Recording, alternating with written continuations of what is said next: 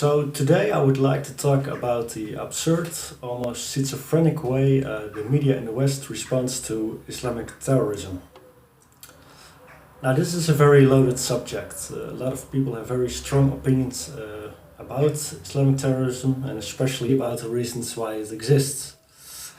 Because of that, I always like to make the comparison with football hooliganism. Because when it comes to hooliganism, pretty much everyone understands what's going on and what the relations are between the people, the club, other entities, and so on. Plus, football teams and religion have a lot of things in common, of course. They both have temples, they both have legendary heroes from the past who gave the club or religion its fame and victory and glory. And you also have a very mixed following. These can vary from toddlers up to the most diehard supporters whose whole life revolves around the team. Now let's do a little thought experiment. Let's imagine that there is a Champions League game between Bayern Munich and Manchester United. And one day before the match, all hell breaks loose in the city. Hooligans from England, they not only trash the place and get into fights with German hooligans, but they also sadly killed three innocent bystanders. Now, of course, they didn't mean to do this. They were throwing rocks at the riot police, and sadly, these people got hit.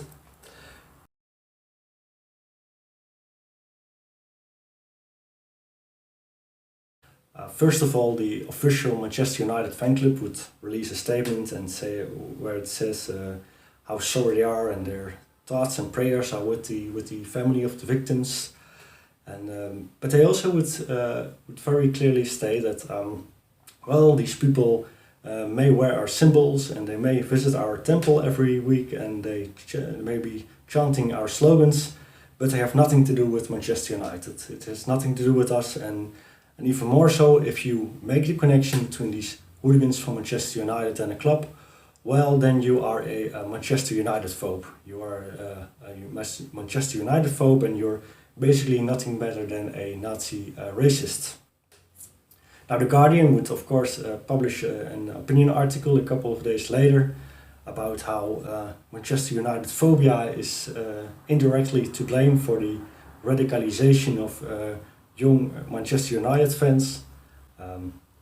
They will point out that the northern part of England is much worse off economically speaking than the south, and how stereotypes about northerners are microaggressions and are very damaging for the self-image of these poor, pitiful creatures in the north. Maybe even the Prime Minister will go on television and he will promise to we will try to find some extra money to empower and include specific neighborhoods in Manchester where you have a large concentration of Manchester United fans, so to make sure that, well, this will never happen again. In Germany, in the meantime, in Germany, a couple of progressive leftists would come together and they will hold demonstrations against hooligan violence, but also against Manchester United phobia, because that's really the thing you want to focus on, right? Right after a couple of Manchester United hooligans kill a bunch of people, you really want to focus on the image of the club these people relate to. Now this is of course all bullshit, but it's exactly what happens when Islamic terrorists commit atrocities in Europe at this moment. There's this weird reflex where right after one of these horrific terrorist attacks, it almost seems that Islam itself is the biggest casualty. And we don't do this with any other groups or entities that are out there. The reason why I think this happens is because the regressive left refuses to see radical Islam for what it really is.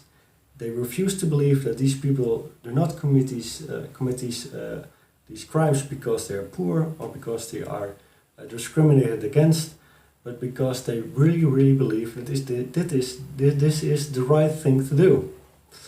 And instead they focus solely on the radicalization of the right wing of the political spectrum. And, well, the irony, of course, is by doing so, it's almost become this horrifying, self-fulfilling prophecy, and that's something I will talk about more